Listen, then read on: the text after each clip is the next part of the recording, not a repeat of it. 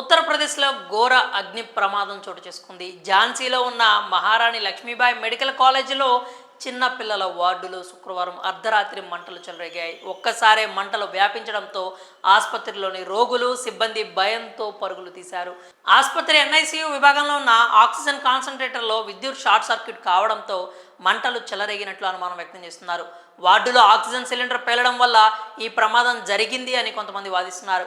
సిబ్బంది వెంటనే అలర్ట్ అయి వార్డు తలుపులు కిటికీలు పగలగొట్టి చిన్నారులను బయటకు తీసుకొచ్చి కాపాడారు. అప్పటికే 10 మంది శిశువులు సజీవ దహనమయ్యారు.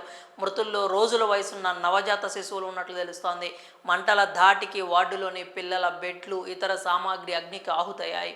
ఘటనా సమయంలో ఎన్ఐసియులో మొత్తం 54 మంది చిన్నారులు ఉన్నట్లు హాస్పిటల్ సూపరింటెండెంట్ సచిన్ మహూర్ తెలిపారు. సమాచారం అందుకున్న వెంటనే అగ్నిమాపక శాఖకు చెందిన ఫైర్ బ్రిగేడ్తో పాటు ఆర్మీ ఫైర్ టీం సంఘటనా స్థలానికి చేరుకొని మంటలు అదుపులోకి తీసుకొచ్చారు. అప్పటికే వార్డులో పొగలు కమ్మేయడంతో సహాయక చర్యలకు ఆటంకం కలిగింది. డిఎం ఎస్పీ సహా అధికారులు సంఘటనా స్థలాన్ని పర్యవేక్షించారు. మరోవైపు డిప్యూటీ సీఎం బజ్రష్ పాఠక్ ఆరోగ్య మంత్రి అర్ధరాత్రి ఝాన్సీకి చేరుకొని ఘటనా స్థలాన్ని పరిశీలించారు. గాయపడిన చిన్నారులు రోగులకు చికిత్స అందిస్తున్నారు. మంటలు పొగ పీల్చడంతో చాలామంది చిన్నారుల పరిస్థితి విషమంగా ఉన్నట్లు సంబంధిత వర్గాలు చెబుతున్నాయి. కళ్ల ముందే చిన్నారులు చనిపోవడంతో తల్లిదండ్రులు కన్నీరు మున్నీరవుతున్నారు. ఘటనపై యూపీ సీఎం యోగి ఆదిత్యనాథ్ తీవ్ర దిగ్భ్రాంతి వ్యక్తం చేశారు.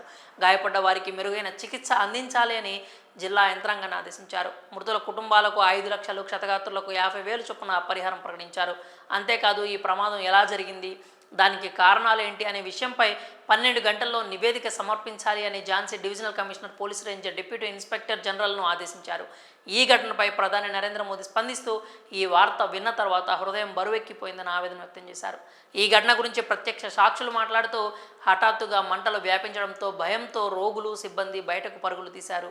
పిల్లల వార్డు పెద్ద ఎత్తున మంటలు వ్యాపించి దట్టంగా పొగాల్లుకుంది. పిల్లల తల్లిదండ్రులు వార్డులోకి వెళ్లలేని పరిస్థితి నెలకొంది. అప్పటికే కొంతమంది చిన్నారులు చనిపోయారు.